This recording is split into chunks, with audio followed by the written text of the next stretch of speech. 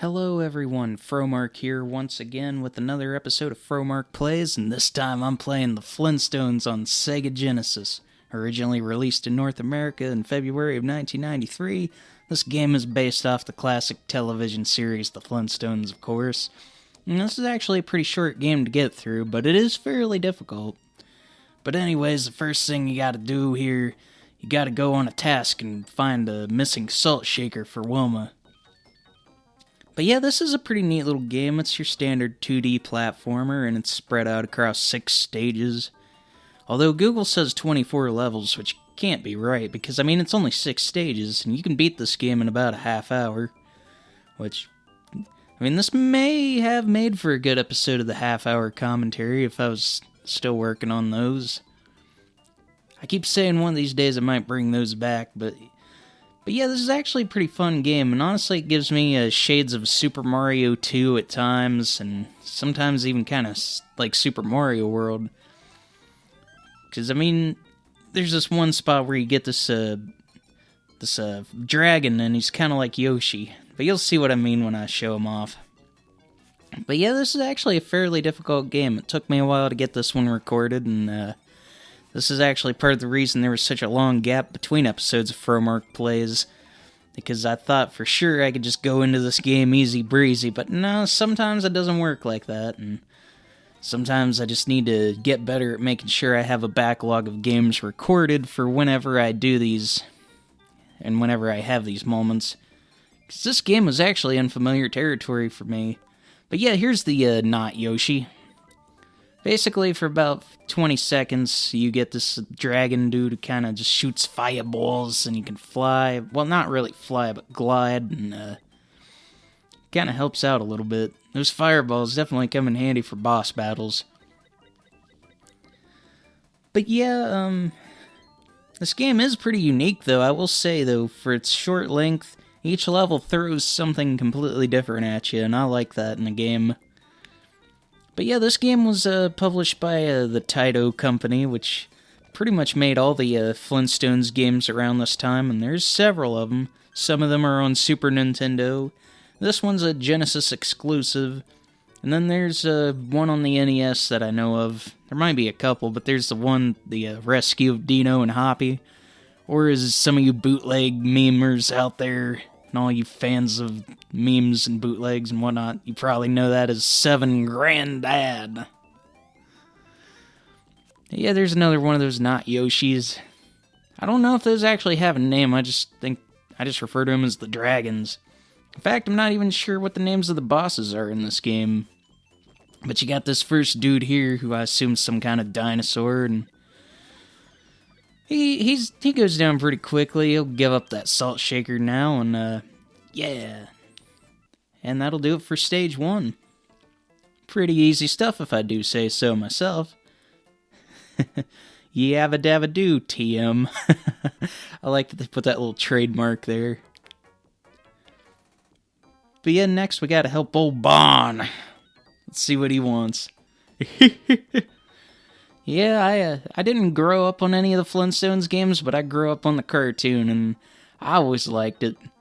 I always thought it was kind of weird how in the first couple of seasons there was that early installment weirdness of Barney having a different voice actor. He didn't have that deep voice that everybody knows him for, you know, Fred? He kind of talked like this in the early seasons. But I'm not really a big fan of this water level, to be honest. This took a while to figure out, and the music here is pretty repetitive and just forgettable. I will say, though, not all of the songs in this game's soundtrack are forgettable. There's a couple of pretty decent numbers. But this is a forgettable level all around, forgettable music in this part, and I don't mind water levels, though. Water levels can be kind of neat. But yeah, the Flintstones series was... I think I like the Jetsons just a little bit better than the Flintstones, if I'm being honest with you. Because I've always been a fan of that fake futuristic stuff, and I don't know, I feel like the Jetsons was a little bit better. But both shows definitely are kind of a product of their time. Especially when you get to that random season of the Jetsons when they just brought it back out of nowhere in the 80s after it was canceled for like 20 years. And then that season was very 80s, and I like how the theme song in that one even has a little bit of a drum machine incorporated. But yeah, I didn't tell you about the power-ups in this game. So you can get up to 6 hearts, which are your health, which kind of brings back the Mario 2 shades. Although you only get 4 hearts in that game. But yeah, you get 6 in this one. There's also the invincibility, which is the Wilma head icons that you'll see from time to time. They give you a temporary boost of invincibility, and they play the theme song. And then you got the stars, which don't really do much of anything. They're in your top right corner. They just give you bonus points. And the apples, there's apples that you can get to replenish your health. And the hearts that you can collect, they will extend your heart counter. Oh, and you gotta look out for these fish here. They're kind of annoying. It's very easy to get caught up in this mess here and just get swept into the spikes. It's not a very fun time. But yeah, each of the 6 levels are pretty unique, if I do say so myself. You start out with your standard platformer level, you have a water level, you have a couple of auto-scrollers, you have a driving section, which I'll get to in the next level. Now, I feel like your weapon, your club there, it's pretty good. It's pretty easy to land hits. You don't have to really worry too much about cheap shots. I mean, every now and again there will be a cheap shot from one of the enemies, but overall it shouldn't give you too much trouble. As I run right into them. But yeah, I didn't play this game until a few months ago at the time of recording this, and like I said, it took me a while to get it recorded, and it kind of put me behind schedule.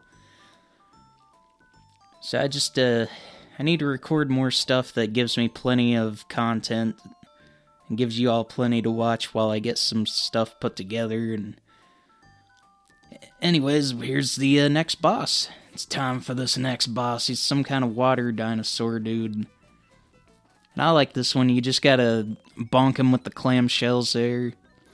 It's pretty straightforward, honestly. He's got this, and he does a thing where he spews little water tornadoes at you. Pretty simple stuff. Now, fun fact, whenever you die in this game, usually it'll restart you at the last checkpoint you were at, unless you're in a boss. Unless you're in a boss battle, it'll just continue the boss battle for you. Which is pretty good. It's pretty good. Not sure if I show that off here or not, but I mean, I'm trying to get this guy dealt with here. See what I can do. Yeah, there we go. And there's Bond's Fish Hook. Which, if I remember right, Fish Hooks was a cartoon show. I never really watched it, but I'm aware of it. Yabba dabba doo, TM.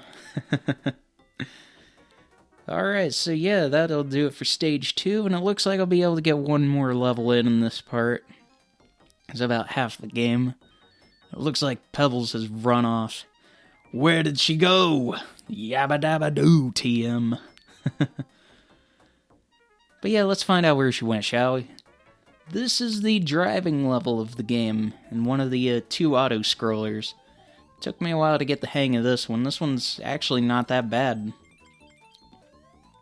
Oh, and there's 2 different sets of stars in this game. There's the big ones with Fred's face on them, then there's the small ones. Both of them are just little collectibles that give you extra points, and sometimes when you get enough points, you can get an extra life. Grab that invincibility thing there. The thing I don't like about this level is those cacti. You gotta look out for the cacti because they will knock you back, and if you get sent back to the edge of the screen, the auto-scroller will kick in and it'll count as a death. So you want to make sure you don't do that.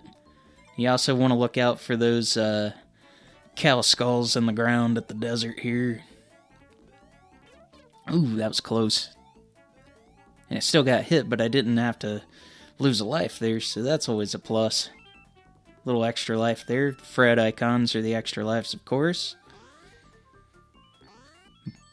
Wow. I like this song, it's pretty neat. But yeah, this level gave me a pretty hard time for a little bit. In fact, all the levels gave me a pretty hard time at first. So if you want something that's a fun challenge to get through, definitely play this game, folks. But yep, rescued Pebbles, and it looks like that's going to do it for part 1 in this pretty short adventure. I will see you in the final part, folks. So see you then.